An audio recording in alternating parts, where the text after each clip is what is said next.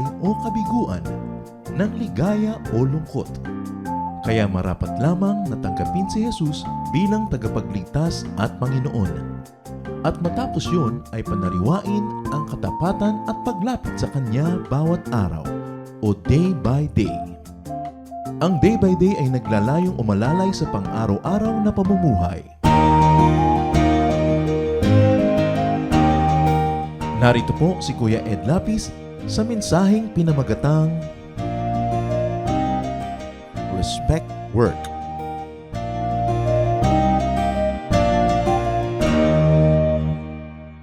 Respect work. Work is God's gift to people. It is not a punishment. Non-work is the punishment. Kaya nga yung mga nakukulong sa mahahabang panahon, pati sa loob ng bote gumagawa ng barko. Kasi mahirap, walang magawa. Malaking parusa na walang ipagawa sa'yo. Ang paggawa is ang pribilehyo. Work is a godly means to earn a living. From the Bible, Proverbs 12:11, those who work their land will have abundant food. Work is the way to abundance. Proverbs 14:23 says, all hard work brings a profit. So hard work is the way to gain. Work could give us a great sense of meaning, usefulness, belongingness, and even growth. Also, work can give us wonderful entertainment and recreation. Non-work freezes us and is a heavy punishment. It is wonderful to respect God, but to respect God, we must also respect God's gift. And one of them is work. So our topic is respect work. Hindi naman po ako ngayon na bibigay sa inyo ng mga bagay na bago pa. Kasi alam nyo na ang mga ito. Pero sabi ng matatanda, ang paalala'y gamot sa taong nakalilimot.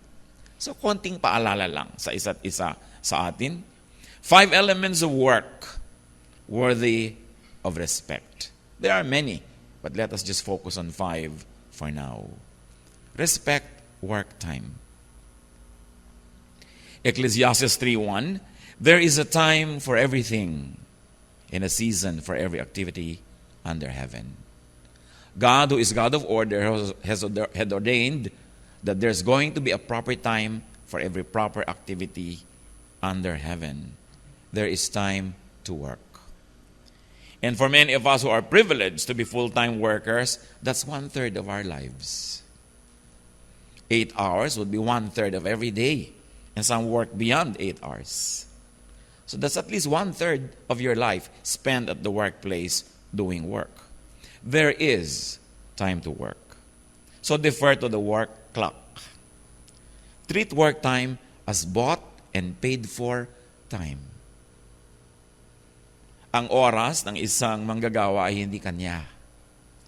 Ang oras ng mga lingkod ng bayan ay hindi kanila. Ito ay binabayaran ng mga taxpayers. So our people, our citizens, own our work time, and we owe it to them to respect that timetable. It's not for our personal indulgence. It's not for personal communication. Definitely, ang work time hindi pang Facebook. Hindi pang Candy Crush. Kasi hindi atin ang oras sa loob ng trabaho. It is not for our personal business and pleasure. So it is important to really respect it. Marami po ako na-obserbahan nung araw, sana hindi na yun nangyayari sa ilang government institutions, kahit minsan sa private. Kandara pa yung mga empleyado sa umaga pag bandy clock. Talagang parang mga karerista, ang bibilis. Tumatalon, mga hagdan. Pero pagka time clock, biglang bumabagal na yung lakad. Pagka bandy clock. Talagang biglang huminhin uli yung kanina, talagang karerang babae. Tapos dadaan sa banyo, mag-aayos. Ang tagal-tagal doon, dahil naka-bandy clock na. Pero nagsimula na siyang bayaran ng pamahalaan. Di ba? Kaya napakahalaga yung ganong klaseng accountability. That it is not for our personal business. Exodus 20:15, you shall not steal. And paid for time used for personal indulgence is stolen time. So do not steal paid time. I'm sure it's not happening here. Paalala lang ay gamot sa maaaring matuksong makalimot that our time at the office is not ours. So begin work on time for the sake of the people of the Philippines and for the sake of your workmates, your internal clients within the organization. And end on time. Meet deadlines. Sabi nila, the strength of a chain is determined by its weakest link. So the strength of a team, the strength of teamwork, the strength of output is determined by the weakest team worker. That the delay caused by one person could actually delay the entire institution. So end on time for the sake of your coworkers, for the sake of yourself, and for the sake of our people.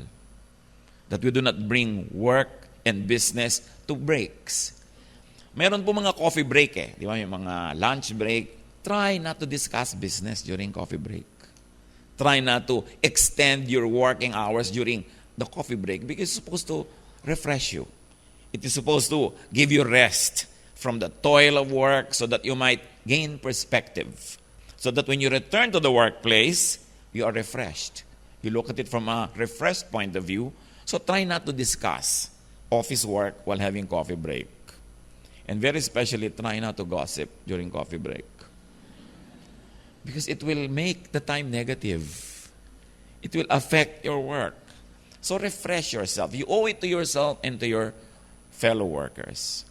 Respect the workplace, which is very, very, very much twinned with time and place. Keep the office as official workplace, sacred and dedicated to corporate interests. It is not an extension of one's house. Kung minsan may mga empleyado, yung talagang buong family photo niya, nasa mesa na, mga litrato ng mga lola, ng mga pets, wala nang lugar para magtrabaho. It's not an extension of our house, and it's not an extension to do personal business. We are not to do personal business in work premises. It is considered sacred space, dedicated totally to corporate goals. Psalm 74:17, it was you, O God, who set all the boundaries of the earth. May boundaries talaga. Natatandaan ko ang lola ko nung araw, lagi niya sinasabi sa amin, lumagay kayo sa lugar. Dapat kung ano yung lugar, kung ano yung oras, tama ang kilos, bagay sa lugar. So we respect co-workers' space. We avoid hearing or overhearing their conversations with other people. And when there is a chance that you might hear a very private conversation, try to move away. Makikita mo yung mga dissenting tao, pag parang maririnig nila, hindi nila dapat marinig, umaatras. So alam nyo na kung ano yung mga taong hindi nila dapat marinig pero lumalapit. Biglang tumatahimik, talagang nagko-concentrate pa. Move away. It is not for you to know. Avoid seeing and reading what is for their eyes only. Dapat nasa tamang lugar yung mata natin. Minsan nasa hotel ka, nasa corridor ng hotel, may nakabukas na pinto. Are you tempted to look into the room? Yun ang self-discipline because you're not supposed to. You might see things that you should not be seeing. Self-discipline is very important. Keep your eyes where they belong, says an old hula dance. No? You keep your eyes where they belong. And keep your baggage within your boundary. Keep your clutter, even your noise. And there's one more thing. Keep your scent to yourself. Avoid wearing scents at work. Avoid yung mga sobrang mga mababangong inilalagay sa katawan, colognes and perfumes. Yung office ay hindi tamang lugar para kahumalimuyak. Hindi siya ang proper na lugar para ihambalang mo ang iyong alindog. Dapat neutral. You know? Sometimes nadidistract yung mga tao pag amoy mo parang may dumaang jet, gumuguhit ang iyong amoy. It distracts people whether the amoy is positive or negative. At mas distracting pag positive. So try to be corporate even with the way you smell. You don't need to be sensuous at the office. You just have to be professional. So respect co-workers. Temper your groupistness. Siyempre, ang mga tao, tayo lalo mga Filipino, we have a tendency to be very groupist. But temper your allegiance to personal groups. Temper your propensity and tendency to fraternize with people that you really like. In other words, observe decorum and good manners and just communicate with your official group. Hindi mo kailangang pairalin yung personal choice. Kung nasa isang committee, be very professional. You don't have to personally like everybody in the committee, but you are bound by professional duty to cooperate and to work well with everybody. That's when we put our personal preferences at bay. Proverbs 11:13 says, "A gossip betrays a confidence, but a trustworthy man keeps a secret." So as we've already said, avoid one of the worst destroyers of office morale, gossip. Mayroong isang office, nakita ko ang ganda nakalagay, bawal magchismis. Nakalagay talaga sa mga banyo, sa mga corridors, sa mga elevators, bawal magchismis. Malaking makasira kasi ng relasyon niyang chismis. And it is a very wonderful way of going around more quickly than the office memo. Mas mabilis. And the quickest way to spread information in an office is say, "Uy, sa'yo lang to ha." Sigurado kakalat yun agad. So do not needlessly and shut people out of official circles just because you have personal intrigues or personal preferences. Again, we like to say we are not at the office to indulge our personal preferences. Work well with those that you must work well, whether or not you are personally drawn to them. And try to always limit the personal component of inter-office communication. Deal with people fairly and objectively, according to the merits and not personal feelings and relations. Proverbs 1:3 talks about receiving instruction in prudent behavior, doing what is right and just and fair. Temper the tendency to take and treat official things personally. Lalo po tayong mga Pilipino, masyado tayong personal Pine-personal. Pati mga employee assessment sessions na personal. Sumasama loob pag sinabihan siya ng mga ito yung mga dapat mong gawin na personal. But be objective in receiving official criticism. Be objective in receiving assessments and in giving recommendations. Para sa ating mga Pilipino, we're very, very sociable. Mahirap labanan yan. At yan ang challenge sa atin. Kasi dapat fair. Dapat hindi personal. So, stick to rational, official, and objective reasoning. Avoid emotional appeals and avoid emotional decisions. Corporate setups like this are governed by policies. Stick to the policies and try not to break them because of a personal appeal that you think might not be resisted by those who have to make decisions. Let's always be merits-based. Huwag daanin sa paawa. No? Kailangan deliver. Do what is proper. So respect yourself. Avoid doing and saying things that cheapen you, that erode your dignity. And one of that is saying sorry too often. Yung sorry kasi hindi ako nakadeliver. Sorry kasi late ako. Sorry kasi may mistake ako. Yung ganun mga sorry. No?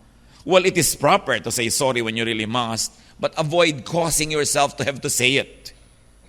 By doing the right thing, by delivering on time and properly, so you don't have to say it. Avoid too many personal pleases. Please, gawin mo yung trabaho ko kasi aalis ako. Yung mga ganong please. Please, lagi nakikiusap. Hindi naman natin kailangan lagi makiusap basta efficient tayo. Hindi natin kailangan lagi mag-sorry kung minimize natin yung mga mali at nagde-deliver tayo ng quality work. And avoid always saying, give to me or forgive me.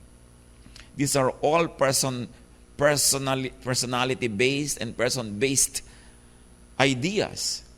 But if we're very professional, we won't have to say these words. We don't have to say, sorry, I'm late. Never begin a day by saying, sorry, I'm late. You owe it to yourself that the moment you step into a room, the moment you walk into a meeting, your first word must not be sorry. It must be something like, I'm glad to be here. I'm glad to show you what I did. I'm glad to report. Not sorry, not apologies. Paminsan-minsan kailangan yon kasi hindi naman tayo perfect. Pero pag madalas, something's very wrong. Professional people don't always have to be compelled to say sorry because they deliver. So be correct, be excellent, and be self-sufficient. Always be neat and presentable. Look your best.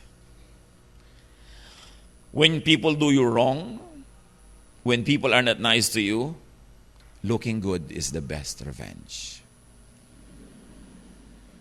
Tandaan nyo yun, pagka merong nakakainis, look good. Look better. That's your revenge. Not looking bad. Not saying bad words. Not doing bad behavior. But look good. By looking good, by shining, by being a light wherever you are, by brightening up a room just by entering it, you are taking sweet revenge against your detractors, whether or not they are wrong. So always do what is positive. No? When people say you're bad, do good. Disprove them. Don't be worse. Because you would only give them ammunition to fire at you.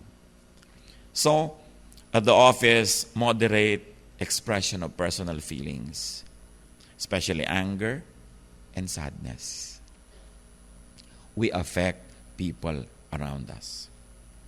Para tayong mga bola sa billiard table, nagbabangga-banggaan tayo, altering the courses that other people take or are supposed to take. So let's be responsible for how people would be affected by our behavior. When you're angry with somebody at the office, don't spread the anger to everybody that shares your lunch table. Don't turn it into a turf war or a tribal war. Keep it to yourself. Don't spread negative feelings.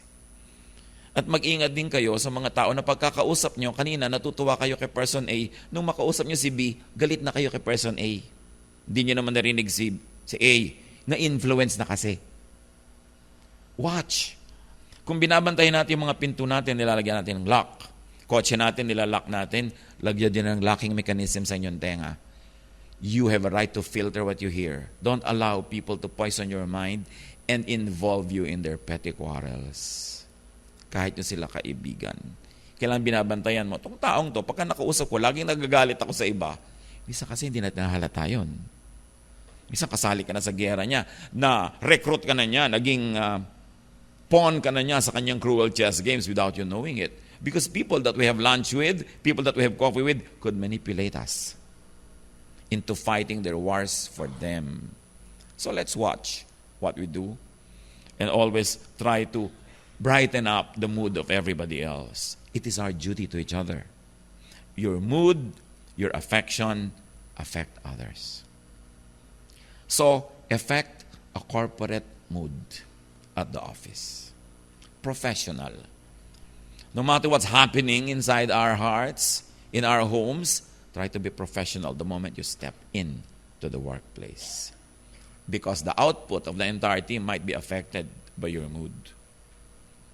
And never get drunk, even at parties. Then tomorrow you have to say sorry to people for making a clown of yourself.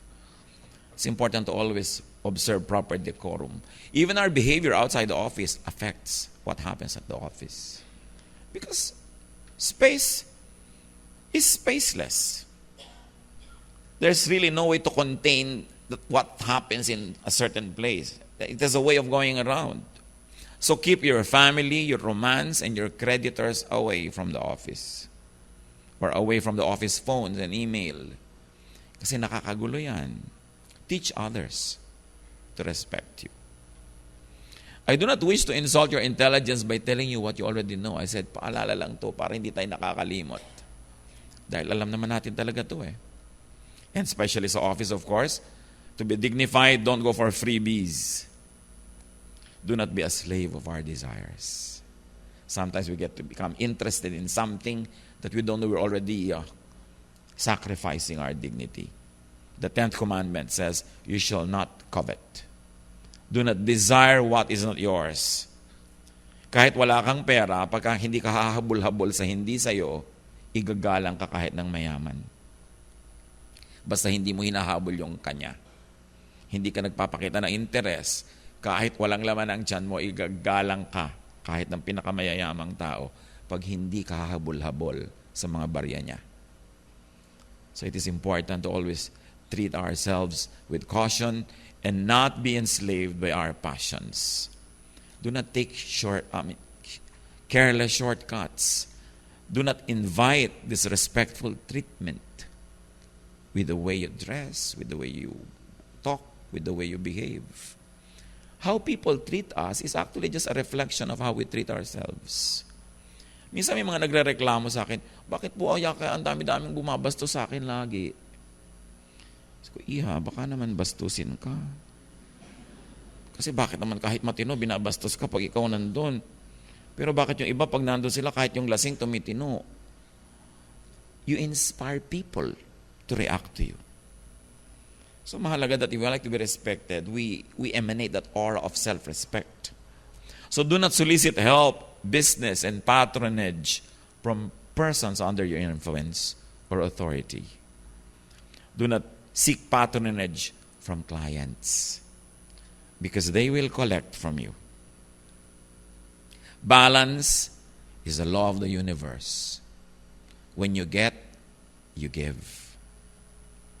When people give, they take. Pinipili natin kung sinong binibigyan, pero lalong pinipili kung sino ang tatanggapan. Because you could be beholden to people who give things to you. Your benefactors can so easily become your masters. So try not to have many benefactors. Try to be as independent as possible. Exodus 23:8, do not accept a bribe, for a bribe blinds those who see and twist the words of the innocent. And in positions that many of us hold, it is so easy to be tempted to take a bribe, especially when our office, our official duties entitle us to dispense favors, to dispense promotions, to dispense loans. It is so easily to be blinded by people who'd like to take from us. But always remember this, they don't just take. Because when they take something from you, or you take something from them, they will also take something from you. Balance. Ecclesiastes 7:7, extortion turns a wise person into a fool, and a bribe corrupts the heart. So respect people and treat others as you would like to be treated. And finally, respect communication lines. Lalo yung mga rank and file. Be polite but not subservient. Kung minsan, yung pagtuturo natin ng po at opo, igalang ang matatanda, nagba-backfire. Sometimes yung sobrang politeness na itinuturo natin sa mga bata, huwag kang sasagot. Yan ang tinuturo matatanda. Lagi ka lang po, opo. Matanda na sila, dala pa yon. Ina-abuse na, kinakawawa na, hindi pa rin sumasagot. Po at opo pa rin. At marami sa mga kababayan natin nagtatrabaho sa ibang bansa, maski rito sa ating bayan, naaabuso ng mga, madalas, mga foreigner. No? Kasi sa kilos natin, parang ina-advertise natin, pwede nyo po akong apihin. Pwede nyo akong kawawain. No? Opo, lagi kailangan magalang ka pero hindi ka subservient. At yan ang laging pinapakiusap ko sa mga magulang. Teach your children to say no to you, but politely. They should not always be made to say yes. Because when you train up a child in the way he should go, sabi sa Bible, when he is old, he will not depart from it. So pag tinrato mo ang bata na wala siyang sariling desisyon, walang sariling paninindigan, oo lang ng oo, hanggang pagtanda, nire-rape na, sasabihin pa, parang awa mo na. Pakiusap, huwag. Kasi sobrang polite. So, we should be assertive, correctly assertive, politely assertive. And I like to encourage our people, especially those in the lower ranks, so-called, of society, to remember that. You were not born to become somebody's slave. You are entitled to your opinions, but you are not entitled to rudeness. So let's encourage that kind of democratic relationship with one another. Be polite, those who are higher ups, but not patronizing and condescending. Naku, minsan yung politeness naman natin, nakakauto na. So mahalaga, iginagalang mo ang tao. So let's be direct and let's be precise. Be objective, as we have said. I like to always repeat that, not emotional. Yan ang isang dapat nating matutunan eh. Pagka official yung sinasabi sa'yo, hindi yun personal, tanggapin mo. Pag sabi, alam mo, late ka sa pagsasabit ng report mo, huwag kang mag-iiyak o magdadabog kasi hindi mo to bahay. Hindi mo naman lola yung nagsabi sa'yo, di ba? Office mate mo yon, hindi mo asawang tatampo-tampo ka, nasa office nagtatampo. Ba't nagtatampo to? Nasa job description ba niya magtampo? Pinagsabihan mo, pinagalitan mo, nagtatampo. Ano siya? Pinsan ko. So, importante, professional. Ground your point whenever you talk with one another. Ground your argument on numbers. They are unassailable. Ground your point on improved efficiency and productivity. Not on, pagod na nga ako, hiniwalay na ako ng asawa ko, pumapasok pa ako dito, pinapagalitan mo pa ako. Walang lugar yun sa office. Nandiyan ka para magtrabaho, kaya hiniwalayan ka o hindi. Diba? Kaya may tigdas ang anak mo o wala. Well, we want to be kinder to people who go through difficulty, but your personal difficulties are not excuses for incompetence. Take a leave. If you really cannot handle personal pressures, take a leave, but do not be present in body, but absent in the soul and spirit, and affect everybody else. That's what professionalism requires. Ground your point on benefits that you give to the company, not on your personal emotions, but on the direct benefit that your presence gives to the company. Not on feelings, not on aspirations. Work so well as to have the privilege to ask for promotions when it's backed up by facts. So work is a gift from God. It's not a punishment. Work is a pleasure to enjoy. It is not a problem to solve. Begin your Mondays with that attitude. Begin every morning with that attitude. You are privileged to be at work, and to be at work in this wonderful, respected institution. Many years ago, when Jesly Lapus was congressman of Tarlac, I had lunch with him, and he was telling me very high-sounding political ideas about his love for the nation, and his love for the people, and his love for the poor. And I drew my mouth close to his ears and said, tayo lang naman, totoo ba yan? Sabi niya, totoo ito. Sabing ganon. Sabi ko, paano naging totoo? Natutunan ko to sa land bank. Sabi niya. When I traveled the breadth and width and length of our country, and I saw the suffering of our people, and I saw how institutions of government that are faithful to their calling can change their lives, I was changed. This institution has contributed so much to the character development, even of your president, your former president. I'm sure it continues to affect you. I have heard nothing but praises from people about Land Bank. I'm very proud of this institution. The only board, there are many Christian organizations that ask me to be in their board, but there's only one that I really allowed myself to be in the board of, and I continue to be there. CCT, the Center for Community Transformation. We are doing microfinance, and I'm very proud of what this organization does, like what your organization does.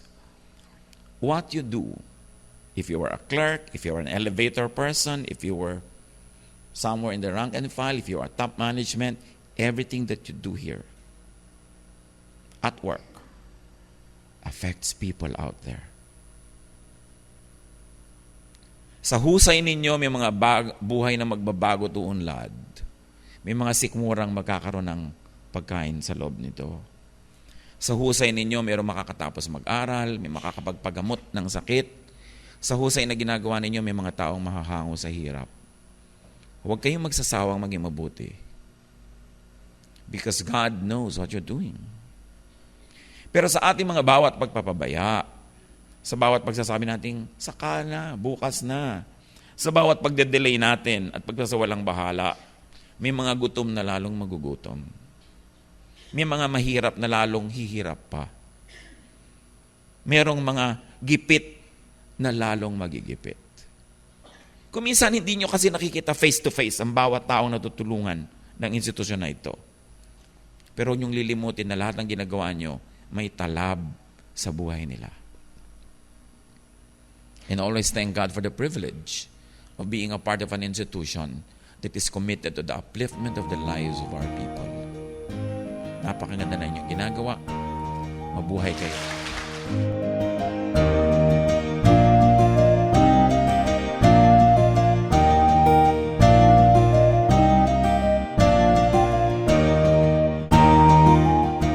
Ang katatapos pong mensahe ni Kuya Ed Lapiz ay pinamagatang Respect Work.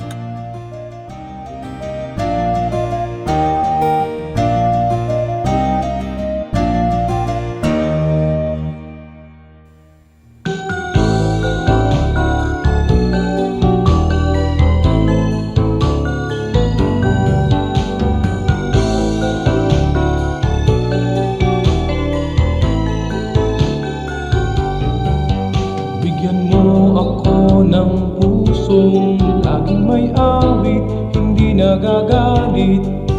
At ituro mo sa aking buhay kung paano umibig sa aking kaaway. Kahinahunan, kahinahunan, kahinahunan yung ibigay. Kahinahunan, kahinahunan, bunga ng Espiritong buhay. Kahinahunan, kahinahunan, kahinahunan yung ibigay. Kahinahunan, kahinahunan, bunga ng Espiritong buhay. Bigyan mo ako ng pusong napaaawat, nagpapatawad, upang di ako mapaaway. Hinahon ng puso'y aking kaagapay. Kahinahunan, kahinahunan, kahinahunan yung ibigay. Kahinahunan, kahinahunan, bunga ng Espiritong buhay. Kahinahunan, kahinahunan, kahinahunan yung ibigay. Kahinahunan, kahinahunan, bunga ng Espiritong buhay.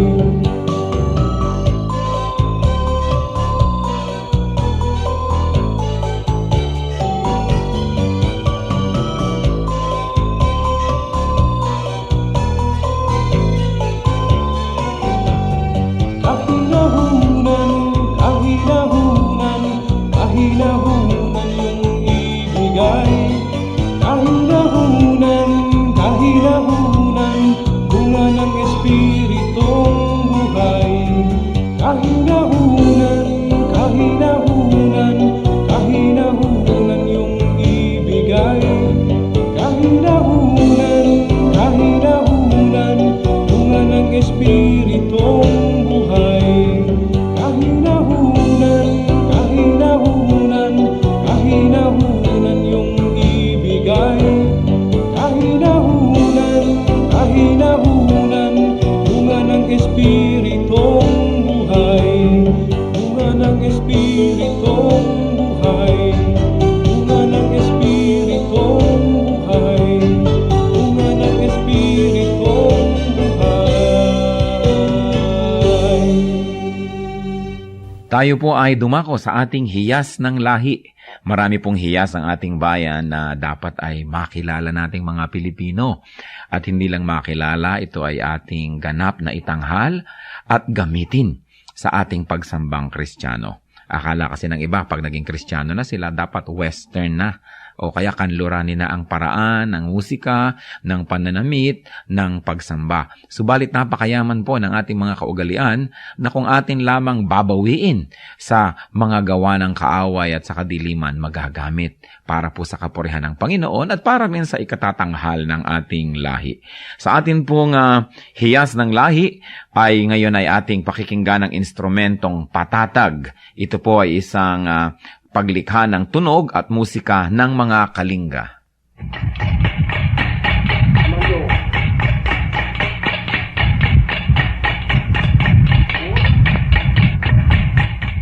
Ang patatag ay isang instrumentong panugtog ng mga kalinga sa Cordillera at ito ay yari sa isang bias ng buho na biniyak pahaba para maging 2 piraso. Ang isa o 2 kaputol ng buho ay ipinapatong ng manunugtog sa kanyang 2 hita kung siya'y nakaupo at ito'y salisihan niyang hinahataw ng patpat sa isang maindayog na ritmo habang ang kanyang kamay na walang hawak na patpat ay dadampi-dampi naman dito sa mga buhong ito.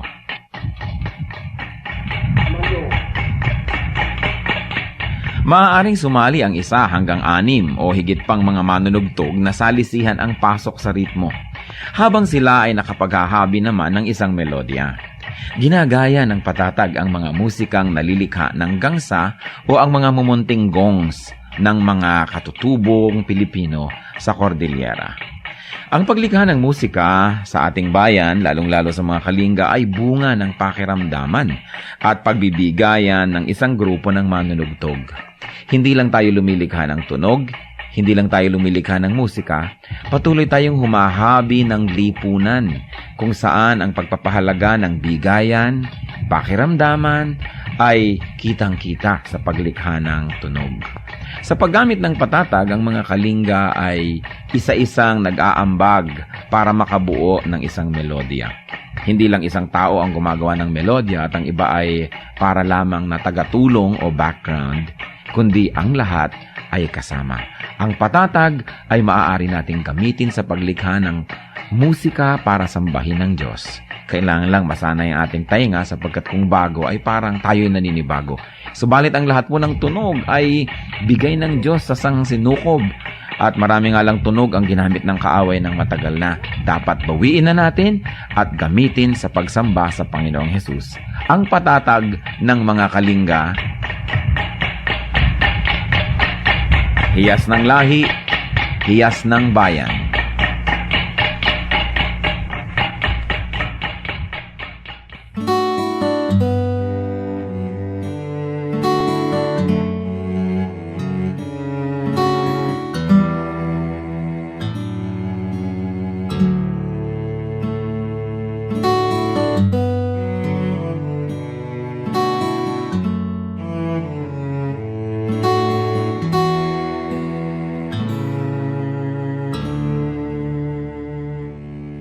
Aking damdamin, di mapalagi at ang isipan ay laging ligaw, di mawawari ang buhay palagi kahit itama ay hindi sapat. Nais kong itabang lahat, ngunit iabot at di sapat. Jesus, kailangan kita. Jesus, hindi mangangamba. Jesus, pag-ibig niyo'y ba di mapapantayan kahit na sinuman. Jesus, kailangan kita. Jesus, sa'yo'y hindi mangangamba. Jesus, sa piling niyo ako'y laging may pag-asa.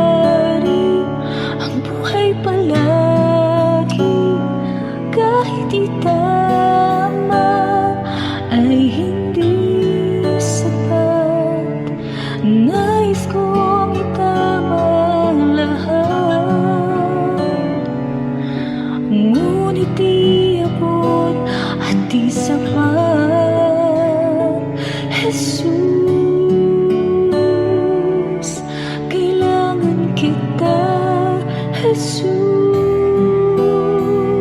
hindi mangangamba. Jesus,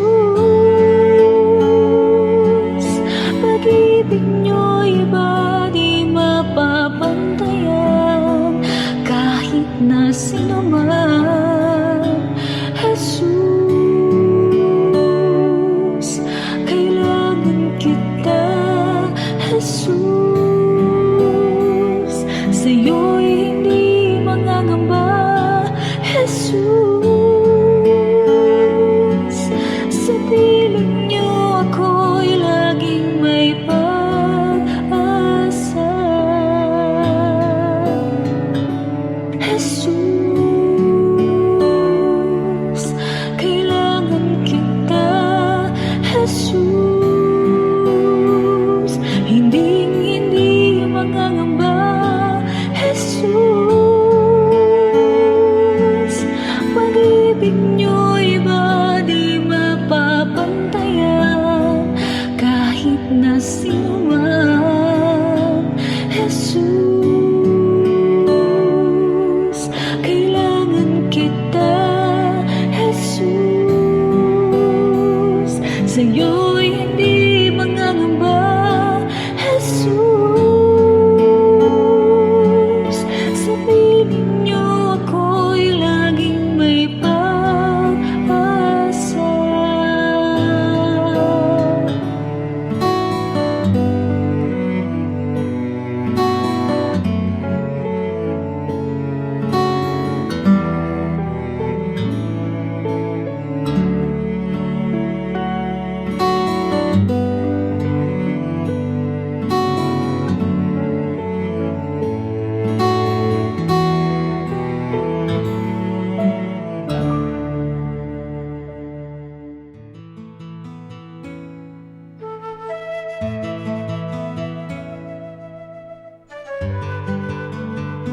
Saan nagmula ang pagdiriwang natin ng Todos los Santos?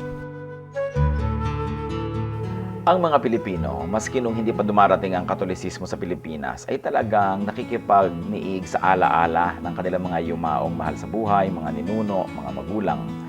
At ito ay lalo pang naidiin bilang isang institusyonal na tradisyon nung nagkaroon ng Catholicism sa Pilipinas kasi yan ay isang official holiday ng Catholic Church. Ngayon, maraming mga non-Catholics nagmamahal din sa mga kamag-anak, hindi naman masamang alalahanin ng ating mga mahal sa buhay, dalawin ang kanilang puntod, lalo't yan ay nakakatulong na maibsan ang iyong kalungkutan o kaya ay mabigyan ng kaaliwan ng iyong pangungulila.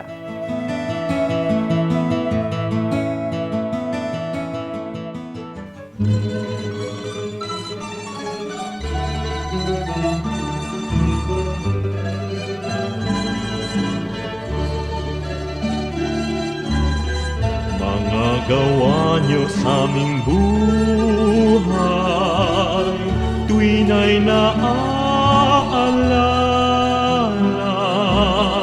Kayo'y laging tapat na tunay, puno ng pagpapala.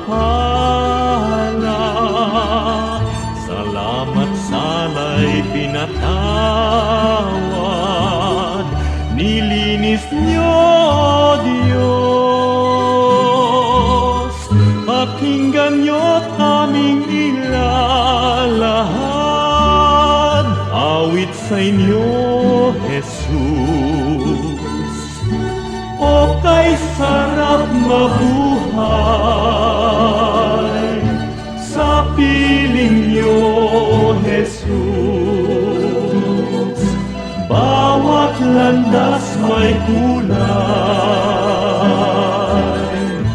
kasiyahay lubos, ang tanging ninanais ay magpuri sa inyo, lalo lang tumatamis sa piling niyo, Jesus.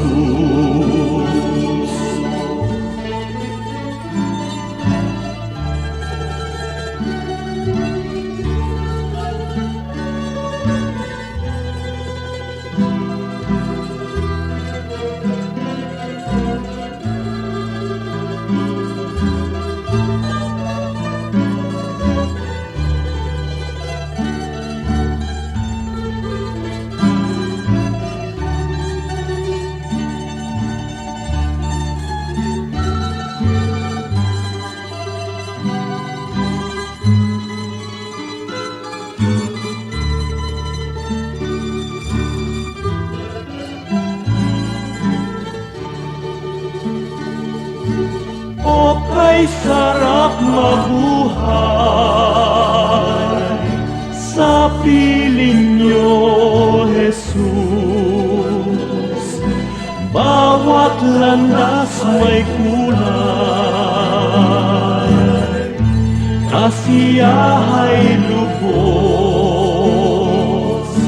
ang tanging ninanais ay magpuri sa inyo, lalo lang tumatamis sa piling niyo, Jesus. Bawat hakbang ay mayroong awit, bawat pintig ng puso, mga himig na makalangit sa damdami bugso. Lumipas man ang aking buhay, awit di matapos, sa langit man ay iaalay, pakinggan niyo, Jesus. O kay sarap mabuhay sa piling niyo, Jesus. Bawat landas may kulay, kasiyahay lubos, ang tanging ninanais ay magpuri sa inyo, lalo lang tumatamis sa piling niyo, Jesus. Lalo lang tumatamis sa piling niyo, Jesus.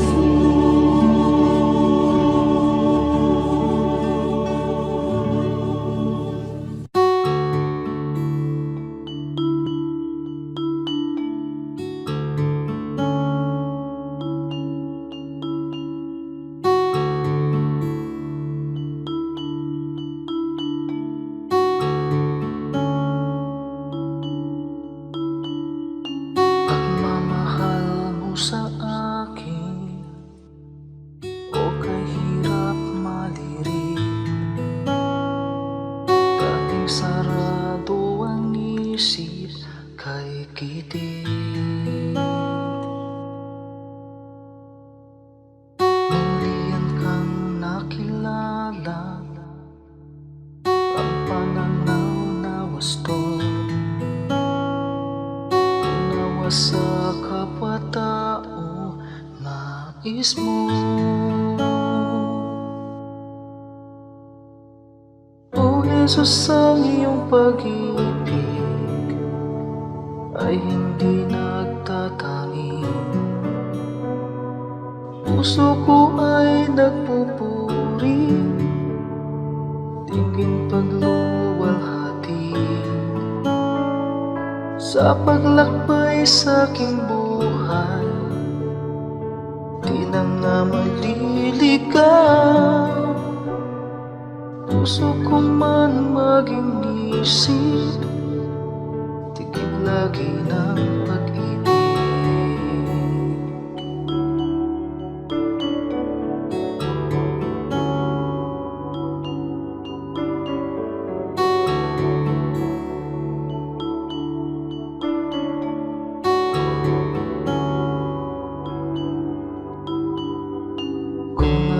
Magsalita man, wika ng bawat tao, ang pag-ibig ay wala, tila patingaw. Ang dalisay na pag-ibig ay mapagpahinuhod, at hindi nga nagkukulang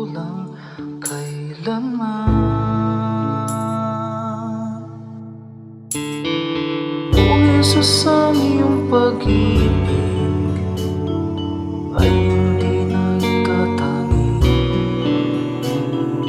Puso ko ay nagpupuri, tingin pagluluwalhati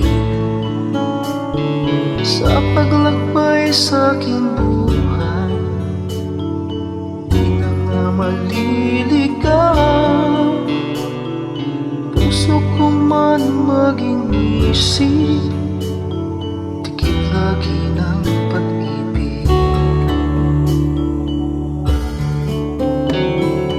O Jesus, ang iyong pag-ibig ay hindi nagtatangi. Puso ko ay nagpupuri, tingin pagluluwalhati sa paglakbay sa aking buhay. Di na nga maliligaw, puso ko man maging isip, tikit lagi ng pag-ibig. Puso ko man maging isip, tikit lagi ng pag-ibig.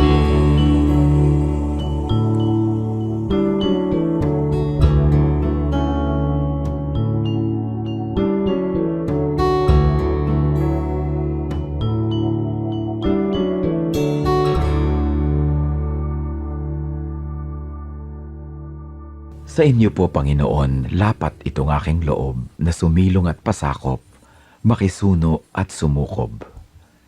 Sa tuwing kayo'y lalapitan ay lagi nang gumagabay, taus-pusong lumilingap sa bawat pusong sugatan.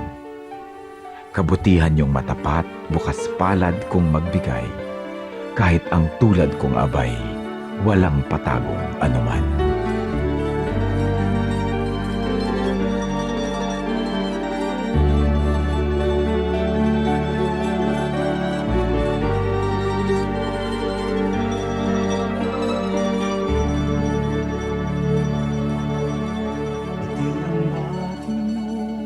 Sa pagsikat ng araw, maging sa karilagan ng takip siling,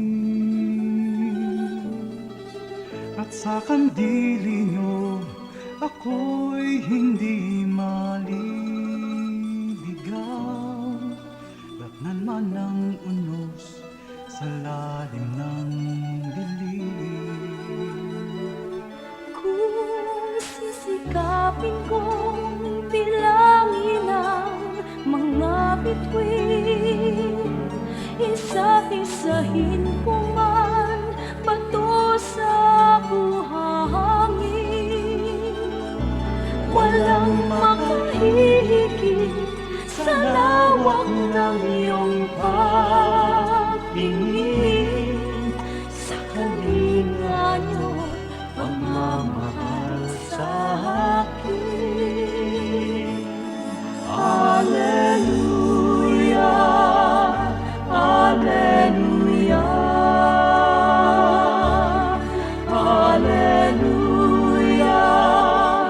Hallelujah,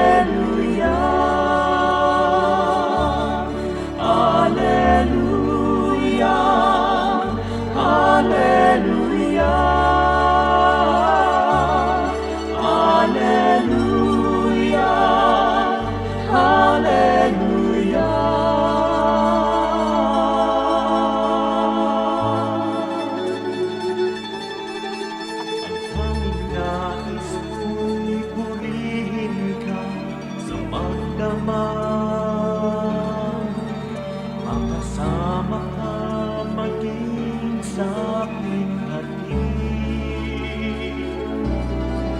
ako'y nagagalak sa kaligtasan niyo't habag.